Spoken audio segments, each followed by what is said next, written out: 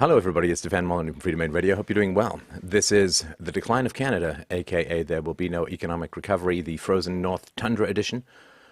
From Freedomain Radio, the only freedom, remember, is freedom from illusion. So people are generally told that the Canadian economy has a lot of positive attributes, that the Canadian banking sector weathered the recent financial storms, and that there's a sound, stable, and relatively free economy with low government debt to GDP. We will be examining this in a little bit more detail. And it's true that there are some strengths. Canada tackled a lot of its truly tumor-esque excessive government spending in the 90s. And Canada did not have a massive stimulus package, which is one of the reasons why the economy has been strong, and so on. But let's look historically. So from the 1970s, where Canada and the US started off with similar unemployment rates, Canada's unemployment rate has continually trended higher up until the recent financial crash, has continually trended higher by a percentage point or sometimes even 2 percentage points above the US. And this, of course, creates significant costs in terms of social programs and significant loss of productivity gains because people, of course, are not working and rather consuming. So this is significant. This is the result of Canada's increased socialist commitments to its population, or at its population. So there's one way in which the Canadian economy has remained relatively weak relative to the US. And one of the reasons for this, and it's masked, the true degree of it is masked as well, the public sector is enormous in the Canadian economy. Now, in the private sector, over the last 30 years, the unionization rate has dropped by almost 50%.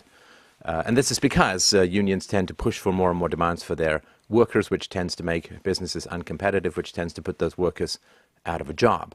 And so certainly over the last 5 years, unions in Canada, in the private sector at least, have become quite reasonable because they look at the company's finances, they recognize that they can't afford more wages, and then they back down on their demands. This doesn't happen in the public sector. I mean, the public sector shouldn't actually theoretically have any unions at all, according to even left-wing theories, right? Because unions are there to, supposedly, according to left-wing theory, unions there to counteract the desire to crush workers' wages so that the fat, evil monopoly monocle capitalists can get more profits and have more baths of gold. But of course, in the public sector, there's no profit motive to drive down union wages, so there should be no need for unionization. But this is where unions have gone because they have continually made businesses uncompetitive in the private sector, and therefore they have retreated to the public sector, which is where they tend to gather most of their gold. So if you look at, in Canada, the public sector percentage of employees covered by registered pensions in 2011, it's almost 90% in the public sector and less than 25% in the private sector. And average retirement age in Canada is 62.5 for private sectors and 60 for public sector employees. And I hope everybody understands that because it's 60 in the public sector, it has to be higher in the private sector to pay for, because you have less money and higher taxes and so on. Job loss by class of workers for Canada in the thousands. So this is over the last little while, 22.1 for public sector employees, 423.4 for private sector employees. This is in the not even close category. As a percentage of employment, 0.6% for public sector employees, 3.8% for private sector employees. So this is one of the problems. The public sector is what's called upwardly sticky. In other words, it grows as the result of unions, as the result of inefficiencies, as the result of people wanting to give patronage jobs in order to buy votes to get in power, the politicians and so on. But it almost never shrinks, right? So this sort of continual growth problem, it's like a coral reef or something. It just keeps growing and growing. So the result of this has been something very interesting, and this is something which you can see all around the Western world, which is this hollowing out of the middle class. So this is from 1971 to 2011. You can see that the lower income percentage distribution has risen from 25 to 29%. The upper income has risen from 14 to 20%, and the middle class has dropped from, the middle income has dropped from 61 to 51%. This is typical in late statism, right, as the government grows and as the government particularly borrows to spend and so on. What happens is the poor get trapped in this sort of sticky welfare subsidy underclass, and the rich start to manipulate the state to get more and more benefits, and both of these are paid for by the middle class. So The middle class is the great ballast of society. When the middle class goes, as it did in the 1920s in the Weimar Republic in Germany, bad things tend to happen. The middle class is the great stabilizer within society, and as the government grows, so does the poor, and so do the rich, at the expense generally of the middle class. And if you are in the middle class, you will know what I'm talking about. So as I said, in the late 90s, the government in Canada, federal government, was paying 40 cents on the dollar just on interest payments, and so they savaged a fair amount of spending. But these dips are nothing compared to what's grown. I mean, this would be called savage austerity. Of course, you look at 1960, this is gross Canadian federal government debt, 1867 to 2008. I mean, this massive escalation that has occurred from the 1960s, from the rise of the welfare state. And Canada has almost no warfare state. I mean, it's a very small military. And so this is almost all transfer payments, also known as vote buying, also known as paying people to not change the system. You know, one of the great problems with things like welfare and unemployment is it tends to drug people's sense of outrage about a system that doesn't work for them because they can kind of get by. And so it's like taking cocaine for a toothache. I guess you feel a little better in the short run, but the rot only gets worse. So the demand and a desire for social change is really kept at bay through this fire hose of fiat imaginary monopoly money that keeps getting fired at the poor, which prevents them from wanting to change the system, and also keeps getting fired at the rich, which also prevents them from wanting to use their more considerable muscle to attempt to reform a system that doesn't really work very well. So debt, household debt, is one of the great unspoken or underspoken of trends in modern Western economies. As real income has declined, as taxes have increased, what people do to sort of wallpaper over these cracks is they just continue to borrow.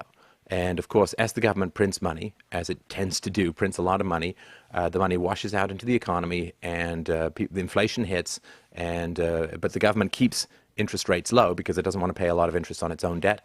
And this combination really does provoke consumer spending, which is a massive waste of a lot of resources and so on.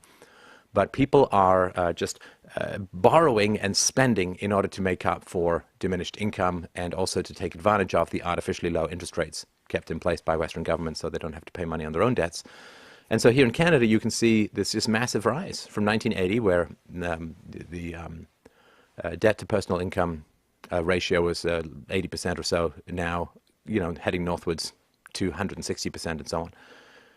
Exceedingly unsustainable. And you can see this trend through Canada, the US, the Euro area, and the United Kingdom. This is a continual trend. This is unsustainable. And debt, of course, is simply deferred. It's deferred losses. And what happens, of course, with a lot of debt is you are crowding out investment, right? So as you borrow to consume a whole bunch of stuff, which is generally where this goes, you are crowding out investments in capital improvement, and worker productivity growth, as we'll see down the road in this presentation, tends to lag. It's a huge problem. I mean, productivity growth is about the only thing that matters when it comes to having a sustainable and growing economy. And when you borrow to buy a plasma TV, that's fine, but you're not investing in creating better ways of producing things. Household debt to income ratio in G7 countries, 1960 to 2011. As you can see here, this is Canada, France, Germany, Italy, Japan, UK, and US, all trending upwards from 0.5 to 1.51 and so on. And this is significant. This is extremely important. This is an addiction, right? And all addictions come with the highs and the crashes, and we're just starting to enter into the crashes now. Of course, a lot of this is driven as well by the belief that somehow a consumer good like a house is somehow an investment good like a factory, and therefore it rises in value. This is, of course, not true, and the lie of this is becoming revealed through the various housing crashes around the world. You can't get rich by investing in consumption goods, right? You can't get rich by buying a bunch of cars and driving them around. They lose value over time. Same thing with houses. But this idea that your house is an ATM that's going to continue to rise in value is what has fooled people into over-leveraging themselves by borrowing a whole bunch of stuff, by buying a whole bunch of stuff, and when the housing crash comes, this is all revealed as nonsense. So, again, these trends are very, very important and indicate deferred poverty. So, when you have debt, I mean, almost by definition, you're not going to have a whole lot of savings. So saving rates in Canada have declined. Retired to debt has declined. Household debt to income ratio, 144, 146.9%. debt to personal disposable income is just lunatic. And so you can sort of have a look at this. You can pause this if you want to look at these graphs in more detail. So this is very, very important. Household debt in trillions has risen from 1.4 to 1.6 just over a couple of years. And this is average household debt for a family with 2 children, $176,461. So low savings means low investment, which means low productivity growth in the future. House prices in Canada, oh my goodness, what an exciting roller coaster this is going to be. This is from 1980 to 2011. You see that they've gone from about 50,000 constant dollars, from 50,000 to over $350,000. This is remarkable. I mean, many years ago, I was chatting with a guy who was a teacher, and he said, oh yeah, when I was a teacher, I made $9,000 a year, and I could buy a house for $12,000. That would be the equivalent of buying a house on average for about $70,000 to $80,000 or maybe $90,000 here now, as opposed to, this was in Toronto, the average house price is northwards of about $500,000. So it's been completely mad. But this is what happens when you have, of course, a lot of immigration. This is what happens when you have very low interest rates. So interest rates really should be set by the free market, not by government fiat, in order for there to be any kind of free market. And it's pretty brutal stuff. The government, of course, loves getting people into houses because they pay a lot in property taxes. And when you get people in houses and you get them into multi-decade debt, they tend not to agitate for social change. It's another sort of secondary gain from getting young people into a lot of debt to go to school, is that once they come out and they're tens of thousands of dollars in debt, they tend not to agitate for a lot of social change because they're on the hamster wheel of paying interest. So lots of benefits for the powers that be. Now, Canada's job market is just not recovering. The Canadian economy has lost 26,000 jobs so far in 2013 as a whole. That's net. But if you just look on the losses side, it shed 85,000 private sector positions, all of them full-time, in March. And of course, a lot of the losses come from those in the core working age group, those between 25 and 54. So job growth has lagged population growth, making the recovery, to put it mildly, incomplete. There are 1.4 million unemployed Canadians competing for jobs compared to 1.1 million prior to the 2008 crisis. This is at a population to a little over 30 million. So it's huge. It's huge. And again, unemployment insurance and so on, I mean, I understand people need to eat, but it does keep people from really protesting, change. When you're in an addiction, as government spending, government debt, and so on, when you're in an addiction, panic is often the only course correction that you have. And when people don't panic, nothing changes. This is a way of keeping people not panicking. It should be. So Canadian public sector workers are paid 12% more than their private sector counterparts, said a 2013 study by the Fraser Institute. Now, this is a vast understatement. If you just remember a couple of slides back, we looked at the fact that they just don't lose their jobs when there's a problem in the economy. And that, how much is that worth? Better pensions, non-wage benefits, shorter work weeks, earlier retirements, and so on, greater job security, and so on.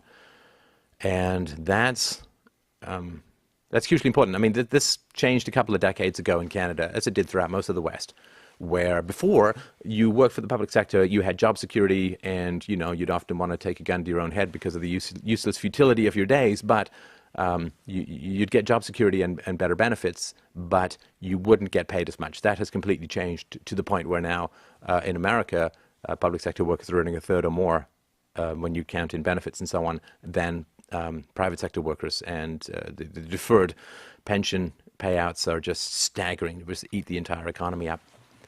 88% of the public sector has a registered pension versus 24% of the private sector.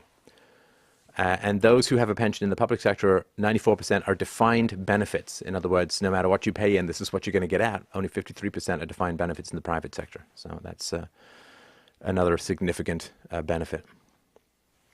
Number of Toronto city employees who earn more than 100,000 has jumped about 30% from 2012 to 2011. Taxpayers are on the hook for more than $1.5 billion in regular and voluntary severance to over 100,000 public sector servants. I think it's servants. Never have servants seemed so much like masters. In 2011 to 2012. It will spend at least another 850 million in 2012 to 2013 on accumulated severance payouts. Yeah, of course, this staggering and outrageous. You bribe people to go away. I mean, you literally bribe. It's like having a psycho stalker ex-girlfriend and you pay her $1 million to move to Mali.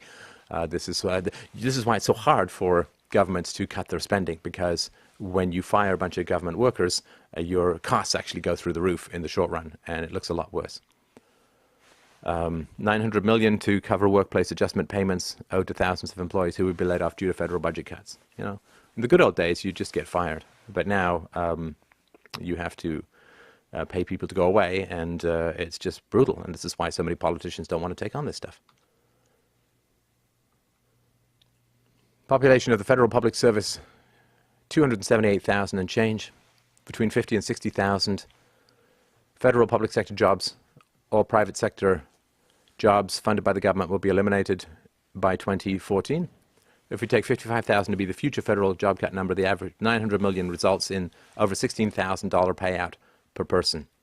Now, to be fair, the people who've spent a lot of time in the public sector, I would have a very tough time when I was an entrepreneur and hiring people. I had a very tough time taking people from the public sector, unless I was like a welfare whore and wanted to gain access to their government contacts. But I mean, who wants to hire people from the public sector? So it is kind of rough. They're going to have to change their attitude just a tad. So in Canada, of course, this is typical in the West. More and more seniors are working longer. A percentage of those aged 60 to 64 who are employed rose from 34% in 1989 to 47% in 2011. That's a new record.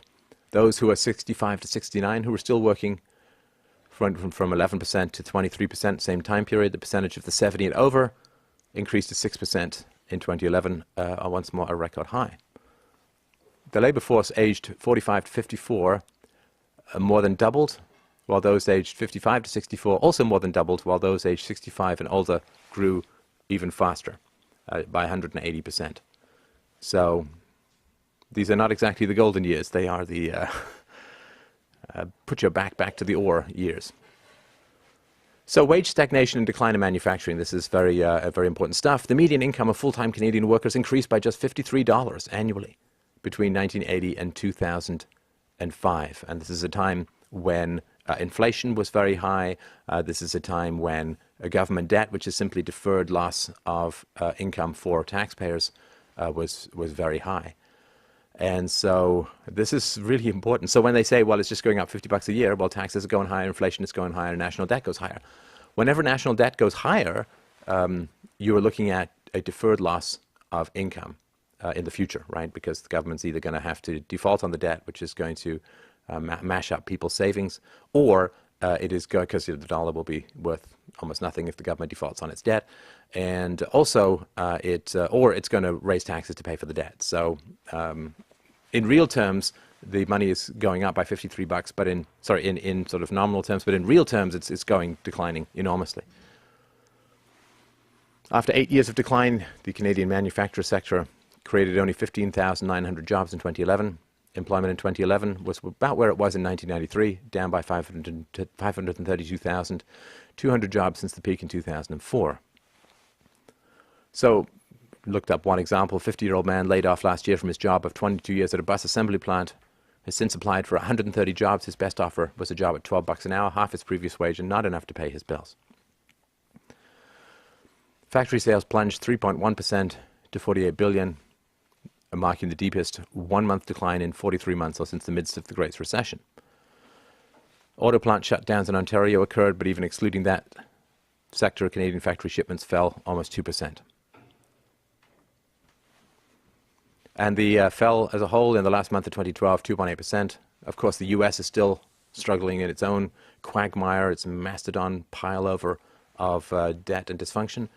Asia, of course, experiencing a slowdown. Europe continuing to muddle through its debt crisis. There's not going to be much of a pickup for Canadian exports, which, for a resource and manufactured-based economy is quite a big deal. Canadian companies' business investment plans are at their lowest non-recession point since 1995. This is an alarm bell for the economy. Investment is so important to the creation of new jobs and future profits. Almost all businesses in the West are facing regime uncertainty, which really used to be a third world problem in that they don't know what's going on in the economy. They don't know what steps the government is going to take to remedy or get out of the way. And so they're hiding money in a war fund. Business investment remains slow. Outgoing Bank of Canada Governor Mark Carney wants the private sector to unleash some of what he has called the dead money to stimulate the economy. But companies need to put cash in a war fund until better times, says Betty Lou Pacey, founder and chief executive officer of BL Innovative Lighting, a small Vancouver-based business that exports optical fiber for lighting. She cites a massive U.S. fiscal deficit as the biggest external threat for exporters whose sales growth depend on healthy U.S. demand. Her own company has a couple of costly projects percolating that would be easier to commit to if circumstances were better. This paralysis is also occurring, of course, in the U.S., where some companies are experiencing record profits and just not spending. Not spending. There's too much regime uncertainty. 20,000 pages of Obamacare regulations that are not even complete are coming down the pipeline, and people just don't want to spend right now. So the flip side of Canadians' explosive debt burden is consumer spending, which is showing weakness as debt loads continue to grow. Retail sales over the crucial holiday season posted an unexpected 2.1% decline this past December, signaling that the Canadian consumer may be running out of steam and finally reining in those debts. Canadian household debt has reached an all-time high, but in 2012, Canadians still took on more. Consumer debt jumped 6% last year. Analysts are growing concerned that Canadian consumers are over-leveraged, really, and will eventually have to make steep cuts to their spending. And this is the last desperate throes of this debt-based lifestyle that really started in the 1960s, particularly, of course, in America in 71 when Nixon finally severed the last connection with the gold standard. It's all been toilet paper monopoly money ever since, which drives a lot of consumer spending. Austerity measures will shave 0.9% off government spending, which in turn will translate into a 0.2% drag on Canada's GDP. And again, one of the problems with democracy is it's very, very short-term economic. It was an election cycle every 2 years usually, so it's very, very short-term economic thinking, whereas in other kinds of systems, and hopefully a system with no government, there's a much longer-term view of the economy. But why is it that politicians would want to take on this stuff? Because they'll be in the trough, right? There'll be the big dip of cutting spending, usually in the next election cycle, which means they'll lose power. Experts say nervous consumers won't spend enough to provide a significant boost to the economy, especially as households have a record $1.65 of debt for every dollar earned. Madness. There is this weird fetish that says that if you just buy a bunch of stuff, that's good for the economy. I mean, GDP measures are ridiculous. Right? People who get sick add to the GDP. I mean, it's nonsense. But this idea that just get consumers to buy a bunch of stuff and that's really good for the economy is just nonsense. I mean, imagine giving everyone $1 million winning lottery ticket and they'll buy a whole bunch of stuff, but the economy would be completely insane as a result. The economy does not grow because people buy stuff. The economy grows because there's capital investment in improving efficiency in various things. It's all B2B stuff that causes the economy to grow. The consumer stuff is just an effect of that. So, but it's, of course, what's easier to measure, but it's just nonsense. I mean, this is the whole lie behind stimulus packages, right? Just get consumers to buy stuff or get people to buy stuff and suddenly that's good for the economy. Well, no, I mean, because every time you buy stuff to consume, you're not investing in improvements. So anyway. Canada Mortgage and Housing Corporation predicts construction of new homes will fall 11% this year. Bad news for the economy as Canada has come to be, as the US was, more reliant on real estate and construction-related activity than it has been in recorded history. The FIRE industries, finance, insurance, and real estate, amount to 27% of the economy, up from a long-term average of 24%. Construction slowdown could translate into big job losses. House prices in Canada suffered 6 straight months of declines before leveling off in April, according to Terranet, but sales volumes have dropped sharply over the past year, down 15.3% from a year earlier, according to the latest numbers.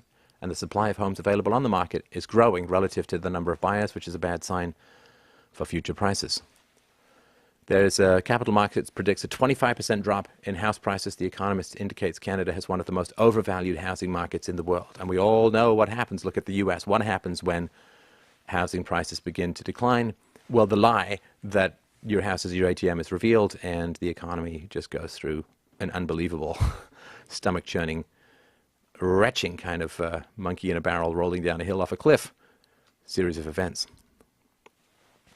So, of course, what happens here in the housing price index from 2007 to 2010, you can see this decline, and a massive decline in the net worth of families, to the point where in the US families now have a lower net worth than they did in 1989.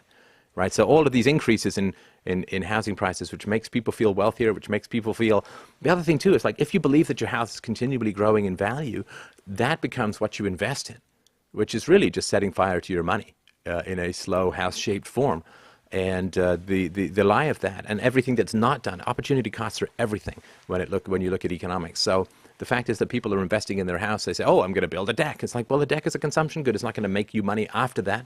It's like buying a gaming computer rather than a productivity computer. It's fun, but it just doesn't add anything to your wealth in the long run. It consumes and destroys it, which is not to say that's bad. It's just that's the natural economic outcome of it. And so when people think that their houses are continually increasing in value, they don't do other things which they could do that will actually increase in value. And so this is why it's such a calamity when it all falls apart. So let's look at the international view of the Canadian economy. Forget about people who, and this includes me, but forget about people who have opinions about the economy. What you want to do is look at the people who are betting on various economies, because that's usually their own money, or at least money that they're responsible for, and they do a heck of a lot more work than generalized pundits. And global investors are turning against Canada's economy, and they're placing some of the largest bets on record that Canada's housing market, financial sector, and currency are in for a rough ride. A report Monday in the Financial Post indicates that a near record amount of money is being placed against Canada's major banks. In other words, people are shorting that they're going to make money if the bank stocks go down. The length of time it would take for investors who are shorting Canadian banks to cover their debts if the stock went up is now at 10.3 days compared to just 1.3 days for US banks. Right, so you're going to make money if the stock price goes down. If the stock price goes up, you have to pay money in, and the amount of time it will take for them to pay money in is over 10 days. Anything over 5 suggests investors are pessimistic. Follows a report last week, the Canadian dollar has become the second most shorted major global currency after the Japanese yen. I think Japan is, over 250% of debt to GDP ratio, suggesting investors widely expect the Canadian dollar to keep sliding. Several trends appear to be behind the negative sentiment, including a weakening housing market and falling prices for commodities such as oil and gold. Both of these trends could impact the country's economy, given Canada's well-known reliance on commodities and given that housing now supports a greater percentage of Canadian jobs than it has in recent history. Also, of course, when the housing market crashes, all the people who were trained in that housing market have to go retrain, which is a huge drain on the economy. San Francisco-based Hyphen Partners LP is putting 95% of its clients' assets into bets against Canada's housing market and banks. Canada faces 2 risks, says this dude, housing and banks. Very few people are looking at those risks simultaneously. That collectively presents a lot of opportunity for those who wish to make money off the Canadian economy's expected decline. In terms of the market, Canada is a rather exciting place to do business, as I did for about 15 years. Most Canadian small businesses pay much more than their U.S. counterparts to comply with regulatory requirements. Smallest businesses in Canada, fewer than 5 employees, pay 45% more per employee, almost $6,000, to comply with government regs than their U.S. counterparts, $4,000. Total cost of regulation to Canadian businesses is $31 billion a year. In addition, Canadians spend more hours a year to comply with regulations, 171 hours versus 130 hours in the US. Productivity growth in Canada was 0.7% between 2001 and 2011, well below the US with 1.8% and OECD average of 1.4%. The productivity growth, as I said, is everything, but it has to be productivity growth in investment goods, ideally, rather than consumer goods. So housing being a consumer good, something which you use up in value and does not create additional value itself. If you count all of the growth in the housing sector and housing market, then it's probably even low if you discount all of that stuff, which is not going to add to our growth in the long run. 2012, a record 882,000 Canadians used food banks, highest level ever, which is 26% above 2008 levels. Number of Ontario residents on welfare jumped by more than 63,000 last year. Social assistance caseload increased by about 20% between November 2008 and November 2009. British Columbia, also known as the left coast, it's also risen significantly. Slumping economy takes its toll. Latest numbers from the Ministry of Housing and Social Development show the number of people on social assistance who were able and expected to work has increased almost 50% in the last 6 months. And here's some more details.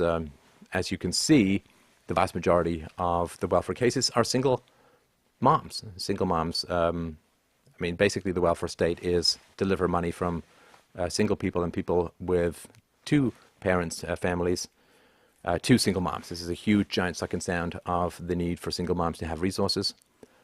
Number of people on welfare rose 26.2%. People defined as unable to work because of persistent multiple barriers fell nearly 4%.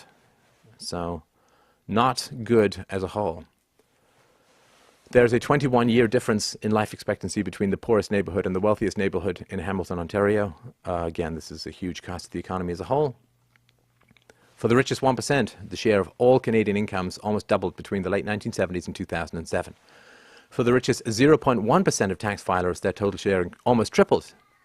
And for the creme de la creme, the richest 0.01%, making more than $640,000 a year, their share of the total incomes more than quintupled, right? Because the government in the 1960s began a process of attempting to narrow inequality, right, to narrow the gaps between rich and poor. As a result, since violence always achieves the opposite of what you want, this gap has only increased.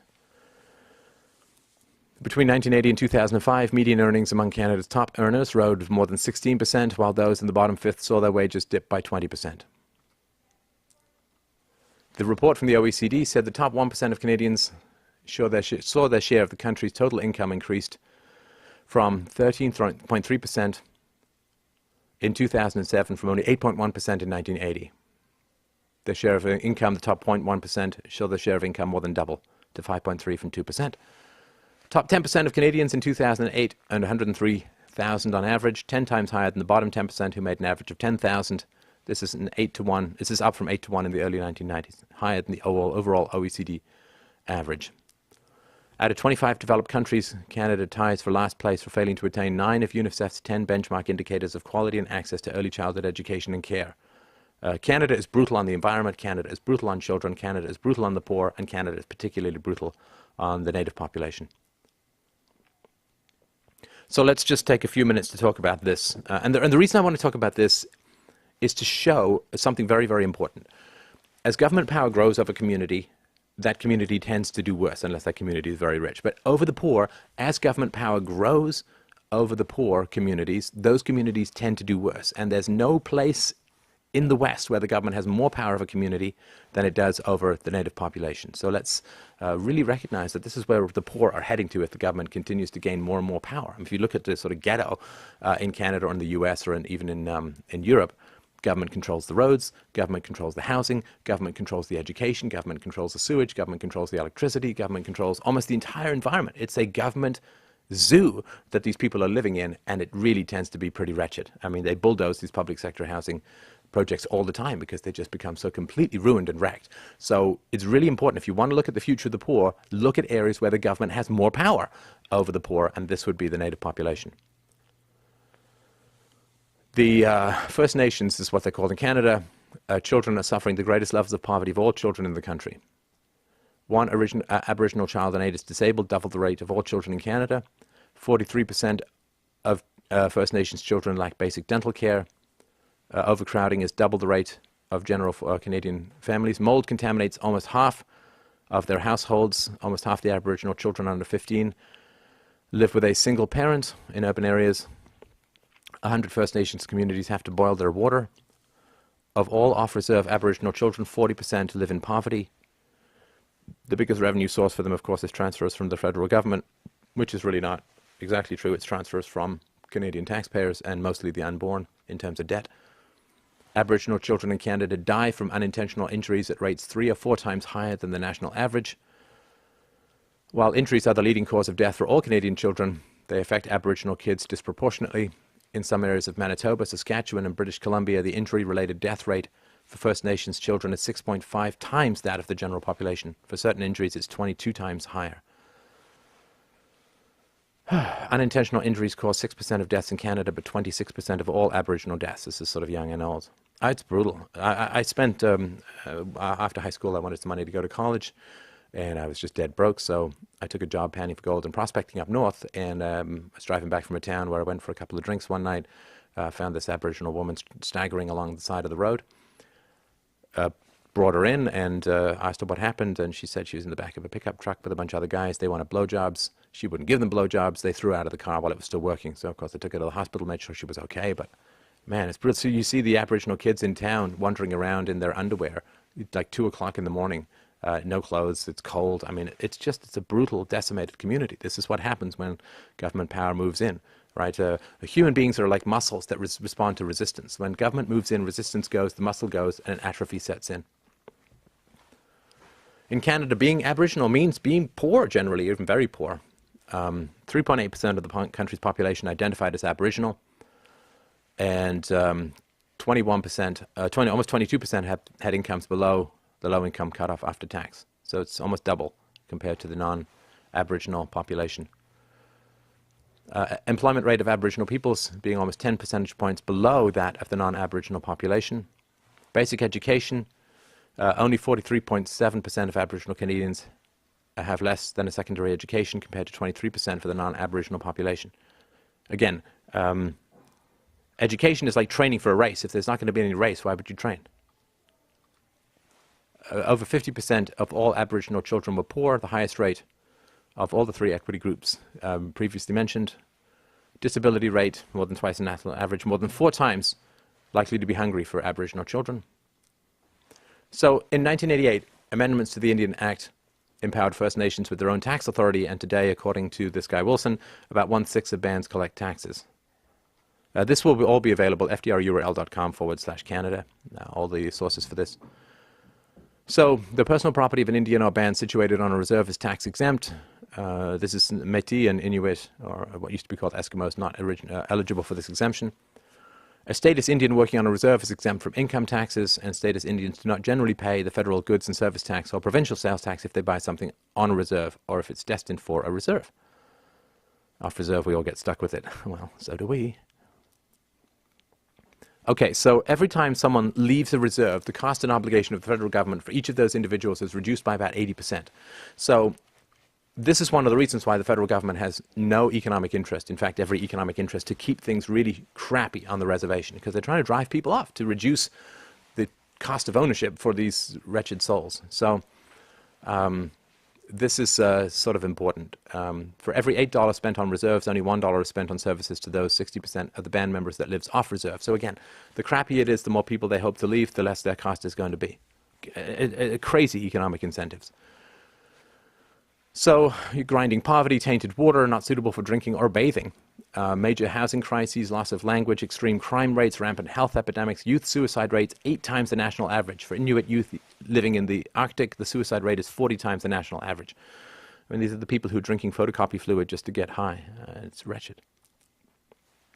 Now, this has been the result of pretty significant and savage government intervention. So for more than a century, education for on-reserve Aboriginal children was primarily provided through government-funded residential schools, where they were designed really to assimilate Aboriginal children in Caucasian culture and the churches.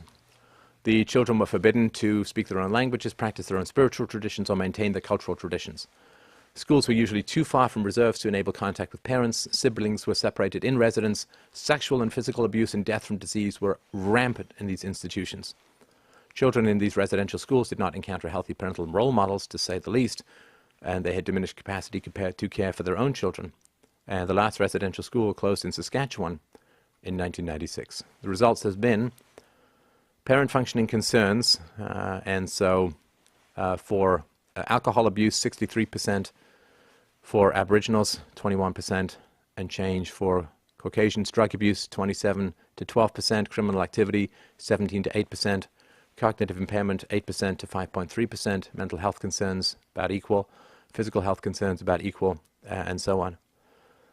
So an 80.9% increase in the number of days that a First Nations children spend in group or institutional care during this period. This increase is dramatic when compared to the corresponding figure for the number of days spent in foster care, 37.4% increase. So government basically came in, as governments tend to do, is they decimate the family, they decimate the community. Families and communities, one of the primary purposes is to shield people from the natural hardships and rigors and challenges and problems of life. When the government comes in and takes over these, it weakens community bonds completely. Having the government around is like putting all of your limbs in a cast or going into space. All that happens is your muscles and your bones atrophy. You don't solve the problems. All you do is make people permanently dependent upon this kind of economic and legal shield. Fewer Aboriginal children aged 14 and under lived with 2 parents than did non-Aboriginal children. 32% of Aboriginal children and 46% of those on a reserve, and 46% of those in metropolitan areas live with a lone single parent. Only 17% of non-Aboriginal children live with a lone parent. I mean, the more welfare, the weaker the family. I mean, it's terrifying how easily the family unit was destroyed by the cultural Marxism of the left and this constant desire to intervene and muck about with ancient institutions. 5% of Aboriginals living in large urban areas live with a relative other than their parents or lived with a non-relative. 12% of Aboriginal families are headed by parents under the age of 25. 27% are headed by single mothers. 40% of single Aboriginal mothers earn less than $12,000 per year. So this is, I'll just blow past this fairly quickly. The Aboriginals have lower rates of two-parent biological families, which is by far the best environment for children statistically. And if you look at, source of income, full-time employment for Aboriginals, 15.8% versus Caucasians, 42.9%. Benefits, Aboriginals are almost 60% of their income comes from benefits. For Caucasians, it's still a pretty wretched 37.7%. The average number of Aboriginal welfare recipients risen from 40 to 41% over a 10-year period beginning 88 to 89. 45% of Canada's First Nations social assistance is their only source of income. 34.8% of Indians on reserve received social assistance compared to 5.5% for the country's general population. This rate for on-reserve Indians was 43.9% in Manitoba. This is very significant because it means that they are now wedded to the government, and the government is a dangerous and terrifying entity to be wedded to. Welfare becomes a family's tradition like Sunday dinners. Instead of the children adopting the role of community hunter or healer or fisher or weaver, the occupation becomes welfare. A new family tradition is formed. Children learn from their parents. Social assistance has become an acceptable way of life for too many people and their families.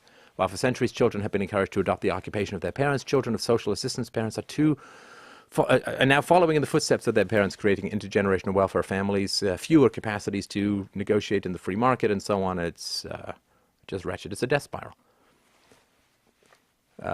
So a lot of the elders say welfare isn't a part of First Nations culture. They can recall the first person in their community to get welfare. Our community has never been the same, they say, and add, we used to help each other out, support ourselves, not anymore, not after welfare. Of course. Okay, so to commemorate the 20th anniversary of Parliament's resolution to end child poverty in Canada, Campaign 2000 released its annual report card on child and family poverty in Canada. Today in 2009, or then in 2009, an Aboriginal child is 12.3 times more likely to be in foster care than a non-Aboriginal child. While comprising only 3.8% of the Canadian population, poverty has resulted in Aboriginal children accounting for a staggering 30% of children in foster care. The situation is so grave that the number of Aboriginal children in the child welfare system today is 3 times the number of those enrolled in residential schools at the height of their operation. Horrendous. Okay, so obviously, thank you so much for your patience in watching and listening to this presentation. This is really important. This plague of state growth, of debt, of fiat currency, of inflation, of vote buying, this clusterfrack of an ancient curse that was well understood in the ancient world. I mean, there was an old saying that as far back as you can really remember, that one of the problems with giving people the right to vote away other people's property is that the poor outnumber the rich, and the poor will vote to take away the rich's property until everybody becomes poor. That's only partly true. Of course, the rich are very politically connected, and the rich, of course, because the rich pay a higher proportion and a greater amount of taxes, the government really wants to listen to the rich, because the rich are the cash cows that allow them to pay off a lot of the poor. So this is particularly terrifying. My question to people who are skeptical of this process is, where does it end? Where does it end? Where does government debt end? Where does government inflation end? Where does intergenerational debt end? Where do unfunded liabilities end? Where does this end? How does this get resolved? There's no indication that this momentum is getting slower. In fact, it's getting faster. At this point, we must question the system as a whole. This is not the first time nor the last time. This will occur in human history. Systems such as slavery, unlimited democracy, fascism, totalitarianism of various flavors, communism, various forms of extreme socialism, communitarianism, the sort of city-hating, agriculture-worshipping of the Khmer Rouge, and so on. All systems need to be open to question at their fundamentals, not tweaks, not adjustments, but at their fundamentals. Do we want to have a system where we have a centralized monopoly of violence that has the power, the right, the obligation to use weapons against citizens to get them to pay taxes. We use weapons against citizens to get them to not compete in government monopolies like interest rates, like currency creation and manipulation and so on. Do we want to give these people a monopoly of power in society? Do we think that a monopoly of violence is going to lead to anything good in the long run? The evidence seems to say no. And there's great moral reasons for that. The initiation of violence, which is the essence of the state, is not moral or acceptable in practice. Creating a magic other universe called the public sector doesn't change moral rules. Government workers don't get to fly. They don't get to reverse time. They're not subject to opposing laws of physics, and neither are they subject to opposing laws of morality. That which is immoral for you and me is immoral for the state. The initiation of force, the counterfeiting of money, the enslavement of others unwillingly and sometimes even unborn through intergenerational debt is immoral for us. It's immoral for the state. Having one universal moral rule is the only way forward for mankind. That must lead us to at least question the existing configuration of a society dominated by a small minority with the right to use all the weapons in the world to get their way and to gain allegiance from people through bribery. This fundamentally is a Stone Age system, and we have inherited it through the inertia of history. It must be open to question, just as slavery was. It was a system that was inherited through the inertia of history, that was universal across mankind. Those who questioned the essence, the basic morality of slavery were really the saviors of mankind. I invite you to look at our system, which has just got all of the momentum of history behind it, which makes it feel true. Right? As Nietzsche said, whatever lives long is so gradually saturated with rationality that its irrational origins become improbable. We must be skeptical of the systems we have inherited. So thank you so much for watching and listening. This is Stefan Molyneux. I'm the host of Freedomain Radio, which is the largest and most popular philosophy show on the web. We've got over 50, probably closer to 60 million downloads now. Freedomainradio.com if you'd like to get more. Sources FDRURL.com/Canada. And it's entirely listener supported. So if you find these presentations helpful, of course, please share them. If you don't have any money, no problem. If you would like to help out, I would hugely appreciate it. You can go to FDRURL.com/donate in order to help out. Sign up for a subscription. You get all these bonus podcasts, hundreds of bonus podcasts for donators and private message boards and email systems on the website. So hugely appreciate it if you could help out. Thank you so much. As always, I will talk to you soon.